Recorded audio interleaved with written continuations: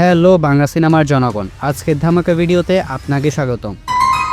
আরে এভাবে দেখার কিছু নাই, আমি একটু আরএনআর ভাই থেকে ইন্সপায়ার্ড হইলাম আর কি। যদি আপনারা সায় দেন তাহলে এটা আমি আমার প্রত্যেকটা ভিডিওতেই বলবো, তাই আপনি আপনার মতামত কমেন্টে জানান যে আমি এটা কন্টিনিউ করবো কিনা। তো যাই হোক, আজকে আমরা কথা বলবো মেগাস্টার শাকিব খান কেন বরবাদ সিনেমার হিউজ সফলতার পরেও ডিরেক্টর মেহেদী হাসান হৃদয় এবং রিয়েল এনার্জি প্রোডাকশনের সাথে আর কাজ করে নাই, আর কিভাবে আমাদের ঢালিউড ইন্ডাস্ট্রির সামনের দিকে এগিয়ে যাবে। ইন্ডাস্ট্রিকে সামনের দিকে এগিয়ে নিয়ে যাওয়া কি শুধু শাকিব খানের একার কাজ, নাকি শাকিব খানকে একজন রাজা ধরা হলে রাজার পাশাপাশি আরো কয়েকজন সহযোগীর প্রয়োজন হবে, আর শাকিব খান ছাড়া কি হবে ঢালিউড সিনেমার। সো গাইস, আজকে এই ভিডিওতে খুবই ইউনিক আর স্পেশাল একটা টপিক নিয়ে কথা বলবো, তাই ভিডিওটা শেষ পর্যন্ত অবশ্যই দেখবেন। আমার আগের ভিডিওতে কমেন্ট করা রায়ান ভাইকে ধন্যবাদ জানিয়ে আজকের ভিডিওটা শুরু করছি। ভিডিও শুরু করার আগে ভিডিওতে লাইক আর চ্যানেলটা সাবস্ক্রাইব করতে ভুলবেন না। তাহলে চলুন আমাদের আজকের ভিডিওটা শুরু করি।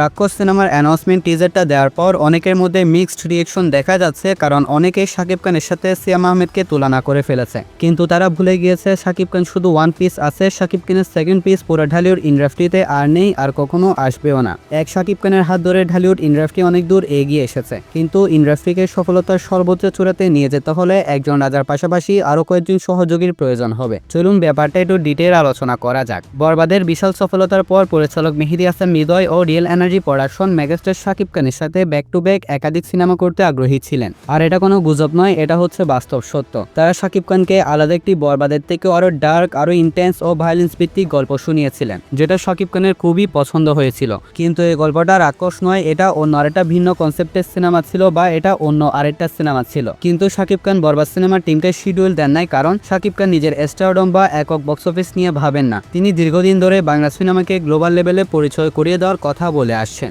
আর সেই লক্ষ্য পূরণ করতে গেলে শুধু একজন হিরো বা একজন পরিচালকের উপর সবকিছু নির্ভর করলে হবে না। নতুন পরিচালক, নতুন প্রোডাকশন হাউস, নতুন টিমকে অবশ্যই সুযোগটা দিতে হবে। সেই ভাবনা থেকে আসন্ন রোজারিদে তিনি নতুন পরিচালক ও নতুন প্রোডাকশন হাউসকে শিডিউল দিয়েছেন প্রিন্স সিনেমা নির্মাণ করার জন্য। এটাও পরিষ্কার করে বলা দরকার, প্রিন্স কোনো ছোট প্রজেক্ট নয়, এটাও বরবাদের মতোই বিগ বাজেট, বিগ স্কেলের সিনেমা। ঠিক যেমন বরবাদের সফলতার পর শাকিব খানের শিডিউল না পেয়ে হৃদয় এখন সিয়াম আহমেদকে নিয়ে বড় স্কেলের সিনেমা বানাচ্ছেন, ঠিক তেমনিভাবে আশা করা যায় প্রিন্স সিনেমা সফল হলে আবু হায়াত মাহমুদও ভবিষ্যতে অন্যান্য হিরোকে নিয়ে বড় বাজেটের বড় স্কেলের সিনেমা নির্মাণ করবেন। এটাই হচ্ছে একটা ইন্ডাস্ট্রির গ্রোথ। কিন্তু এখানে একটা জিনিস পরিষ্কার করে বোঝা দরকার, শাকিব খান ছাড়া অন্য হিরোদের সিনেমা কালেকশন কম হওয়া মানে তারা অযোগ্য না। আর শাকিব খানের সিনেমা যেখানে 30 থেকে 80 কোটি টাকা আয় করে, সেখানে অন্যদের সিনেমা 15 থেকে 10 কোটিতে থামে। এই পার্থক্যটা একদিনে তৈরি হয় নাই। এই গ্যাপটা কমাতে হলে বিগ বাজেট, বিগ স্কেল, ভালো টিম দরকার, আর সেটা সম্ভব নতুন পরিচালক ও নতুন প্রোডাকশন হাউসকে সুযোগ দিলে। এখানে কারো বিরুদ্ধে কিছু নয়, কাউকে ছোট করার প্রশ্নই আসে না, বরং অন্য হিরোদের নিয়ে যদি বিগ স্কেলের সিনেমা তৈরি করা হয়, সেটা সবচেয়ে বড় লাভ শাকিব খানের স্বপ্নকেই এগিয়ে নেয়, অর্থাৎ বাংলা সিনেমাকে গ্লোবাল লেভেলে পরিচয় করিয়ে দেওয়ার কাজটাই করে যাচ্ছে। তাই অযথা নেগেটিভিটি, ট্রল বা তুলনার জায়গাটা যদি আমরা একটু ম্যাচিউর ভাবে দেখি,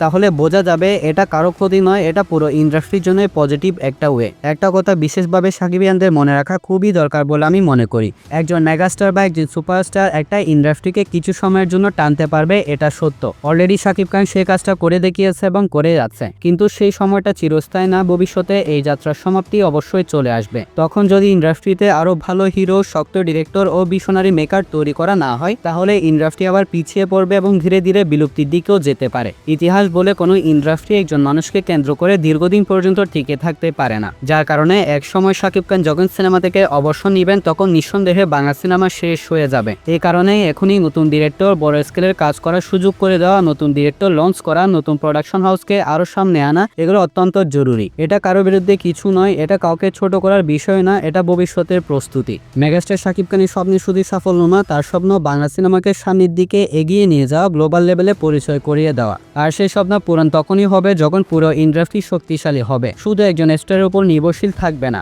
আর যদি ইন্ডাস্ট্রি এগোয়, কাল যদি আরো নতুন স্টার তৈরি হয়, তাতে ভবিষ্যতে বাংলা সিনেমা এগিয়ে থাকবে। তাছাড়া শাকিব খান সেই 2005 সাল থেকে নিয়ে আজ 2025 সাল পর্যন্ত ঢালিউড ইন্ডাস্ট্রিকে বলতে গেলে এক হাতে টেনে এত দূর পর্যন্ত নিয়ে এসেছেন। আগামী 2026 সাল এটা বাংলা সিনেমার ইতিহাসের সবচেয়ে আইকনিক এবং গুরুত্বপূর্ণ একটি বছর হতে চলেছে। এবছর বিশেষ করে রোজার ঈদে বড় বড় 4 থেকে 5টা সিনেমা আসবে। বাংলা সিনেমার অডিয়েন্স হিসেবে আমাদের উচিত কোনো সিনেমাকে, কোনো হিরোকে ছোট করে না দেখে প্রত্যেকটা সিনেমাকে সমানে সাপোর্ট করা। বর্তমানে আমাদের ঢালিউড ইন্ডাস্ট্রির সবচেয়ে গুরুত্বপূর্ণ এবং মেইন পিলার হচ্ছে মেগাস্টার শাকিব খান। অন্যদিকে সিয়াম আহমেদ, আরিফিন শুভ, আফরান নিশো শরীফুল রাজ, এই 4 জন অভিনেতাও কিন্তু অত্যন্ত ট্যালেন্টেড এবং ব্যাপক সম্ভাবনাময়। তাছাড়া আগামী 2026 সালে রোজার ঈদের শাকিব খানের সিনেমার সাথে এই 4 জনের 4টা সিনেমা রিলিজ করা হবে। এই 4 জন যেমন নিজেদের অবস্থান থেকে বেস্ট অভিনেতা, তেমনিভাবে তাদের আসন্ন সিনেমার ডিরেক্টর এবং কন্টেন্ট অত্যন্ত শক্তিশালী। কোনো সিনেমায় কোনোটা থেকে কম নয়। শাকিব খানের প্রিন্স বাদে এই 4টা সিনেমার মধ্যে আমরা একটা হেলদি কম্পিটিশন দেখতে পারবো।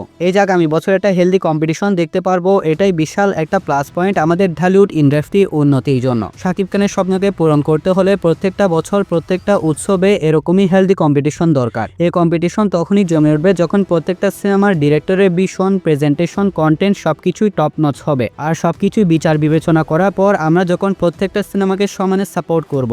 মোরাল অফ দ্য স্টোরি আমি এটাই বলতে চাই, কোনো সিনেমাকে কোনো অভিনেতাকে ট্রল করা আমাদের একদমই উচিত হবে না। আসন্ন প্রত্যেকটা সিনেমার প্রত্যেকটা অভিনেতা নিজেদের অবস্থান থেকে সেরাটা আমাদেরকে প্রেজেন্ট করবে। যদি আগামী 5 থেকে 10 বছর এরকমই ঘটনা ঢালিউডে ঘটে, তাহলে খুব তাড়াতাড়ি আমাদের সিনেমা গ্লোবাল লেভেলে ব্যাপক জনপ্রিয়তা অর্জন করতে পারবে। সাথে পূরণ হবে মেগাস্টার শাকিব খানের স্বপ্ন, আর আমাদের ঢালিউড ইন্ডাস্ট্রি ভালো একটা পর্যায়ে চলে যেতে পারবে। আশা করছি আপনারা বুঝতে পেরেছেন আমি ভিডিওতে কি বোঝাতে চেয়েছি। সো ভিডিওটা ভালো লাগলে ভিডিওতে লাইক আর চ্যানেলটা সাবস্ক্রাইব করতে ভুলবেন না। তাহলে দেখা হচ্ছে পরবর্তী আরো একটি ভিডিওতে। ততক্ষণ ভালো থাকবেন, সুস্থ থাকবেন, টেক কেয়ার, আল্লাহ হাফেজ।